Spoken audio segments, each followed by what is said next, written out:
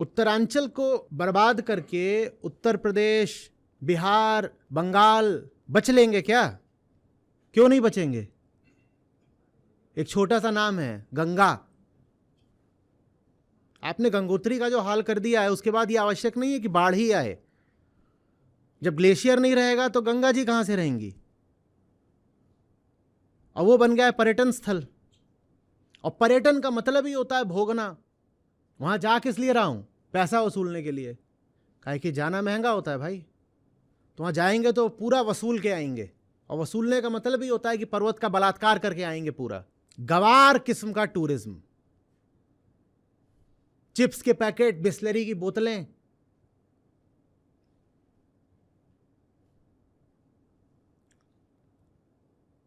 कितने ही झरने, वहां तो हर 200 मीटर पे कोई झरना होता है, खासतौर पे बरसाती झरना। वैसे सूख जाता है, बरसातें बहता है। अब देखिएगा गौर से, वो कितने ही झरने हैं जो सिर्फ प्लास्टिक के कारण अवरुद्ध हो गए, वो बह ही नहीं सकते। अब प्लास्टिक ने उनको रोक लिया है। और रुकता जाता है पानी, रुकता था, ऊपर से तो आ ही रहा है, बर्फ पिघल रही है। वो रुकेगा रुकेगा, फिर क्या करेगा? फिर तोड़फोड़ मचाएगा। या फिर जहां रुक रहा है वहां की चट्टान को वो घोल देगा। और जब घोल देगा तो क्या होगा? सब कुछ नीचे आ जाएगा।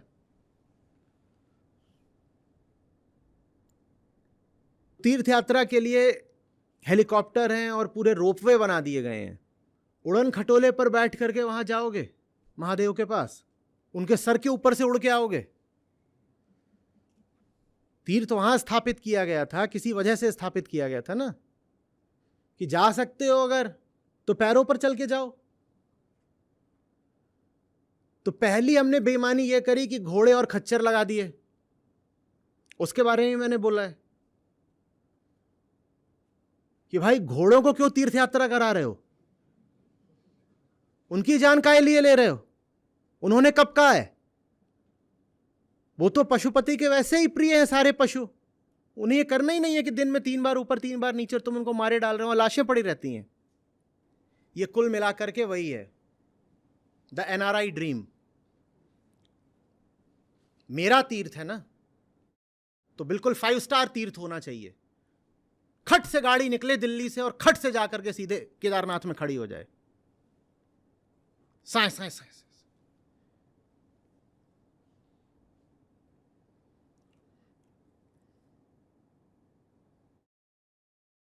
वहां तो भी आवश्यकता यह है कि जो रिलीजियस टूरिज्म भी होता है उसको भी रेगुलेट किया जाए।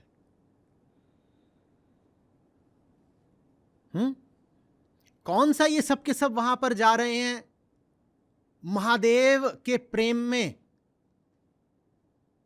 ज्यादातर लोगों को तो शिवत्व का कुछ पता भी नहीं है। ये तो वहां पर जाते हैं एक बॉक्स को टिक करने कि हाँ भाई तीर्थ भी कर लिया, तीर्थ भी कर लिया। अब उसकी फोटो लेंगे, फेसबुक पर लगाएंगे और शेखी बघारेंगे कि मैं तो होके आया हूं अभी अभी बद्री केदार।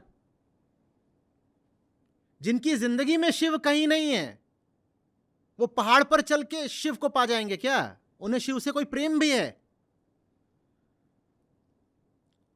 खच्चर घोड़े पर अत्याचार करके तुम वहां तक जाते हो, ये पशुपति के प्रेम का प्रतीक है? पशुओं पर अत्याचार। ये तो जो 4 धाम टूरिज्म है, ये तो रेगुलेट होना चाहिए। 4-4 महीने की वेटिंग लगनी चाहिए,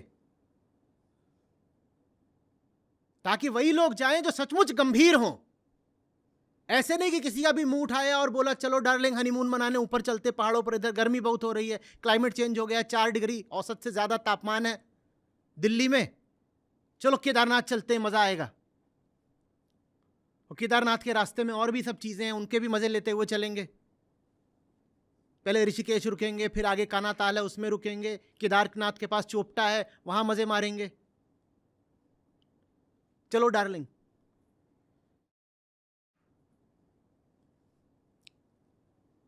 4-4 6-6 महीने की वेटिंग लगे और एकदम सीमित संख्या में वाहनों को जाने दिया जाए।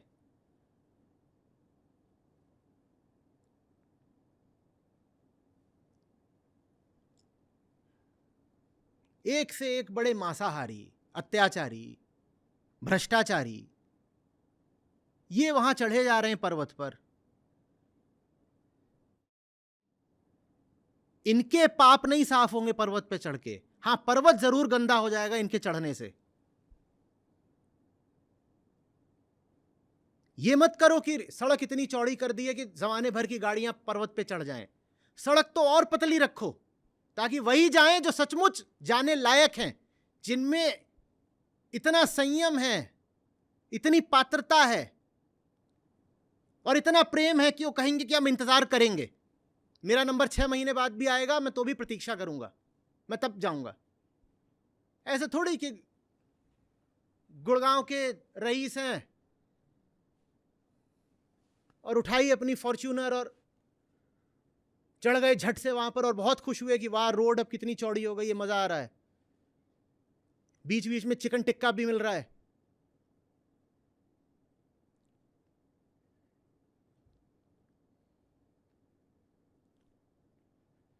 गलत बोल रहा हूं तो बताइए।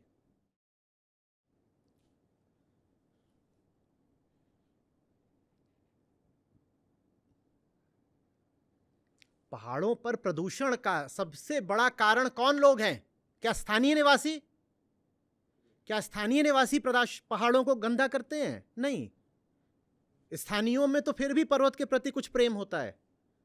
पर्वतों को बर्बाद तो ये पर्यटक करते हैं, और इन्हीं पर्यटकों को आप और ज्यादा वहां बुला रहे हो, काहे के लिए भाई?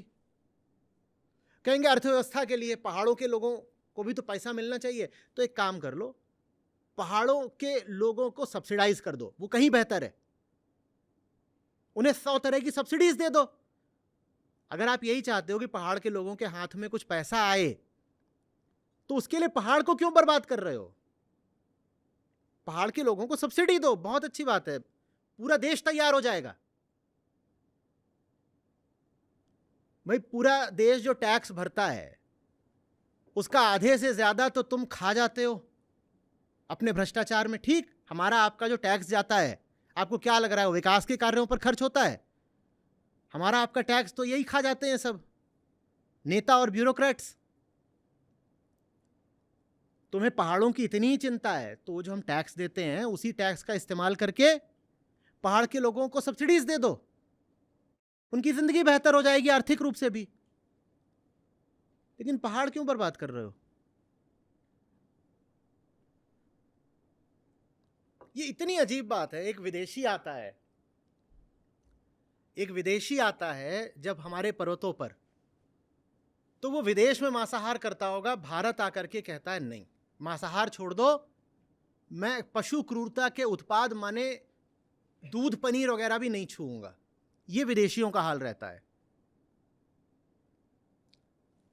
वो यहां पे साधारण कपड़े पहन के घूमते हैं, अपने देश वाले नहीं।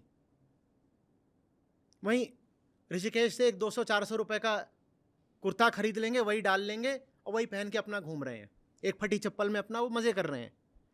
और जब देसी आदमी पहाड़ों पर जाता है तो वहां बकरा चबाता है। वो कहता है हम पहाड़ पे आए किस लिए हैं? बियर और बारबेक्यू। विदेशी मांसाहारी है पर वो पहाड़ पर आकर हो जाता है शाकाहारी, और देसी अपने घर में भले शाकाहारी होगा लेकिन पहाड़ पे चलकर हो जाता है बलात्कारी, एकदम पूर्ण मांसाहारी। ये हमारी महान संस्कृति है, और वो इसलिए क्योंकि संस्कृति में अध्यात्म कहीं नहीं है, बस संस्कृति भर है। मिट्ठू बोलो राम राम, तो मिट्ठू राम राम बोल रहा है, तोता रटन संस्कृति। संतों ने इतना समझाया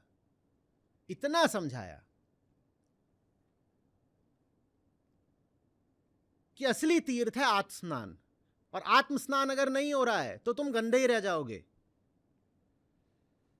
मीन सदा जल में रहे, धोवे बास न जाए। तुम कितना गंगा स्नान कर लो, भीतरी गंदगी नहीं हट रही तो नहीं हट रही। अभी हमारी हालत यह है कि भीतरी गंदगी हम और बढ़ा रहे हैं धर्म के नाम पर।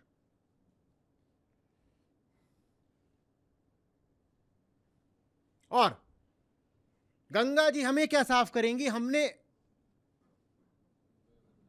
गंगा को गंदा कर दिया। और समझाने वाले कह गए क्यों पानी में मलमल नहाए, मन की मैल छुटा रे प्राणी।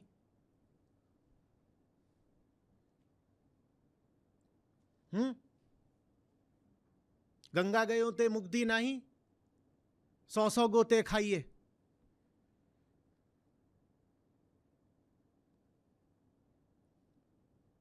लेकिन जब मन की मैल बचा के रखनी होती है तो फिर हम गंगा को भी मैला कर देते हैं।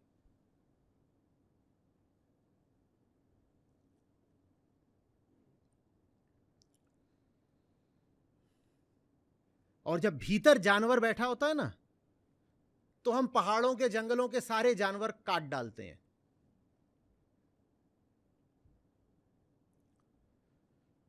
जब हम भीतर के पशु से मुक्त नहीं होते तो हम बाहर वाले जितने पशु होते हैं उनके साथ बड़ा अत्याचार करते हैं।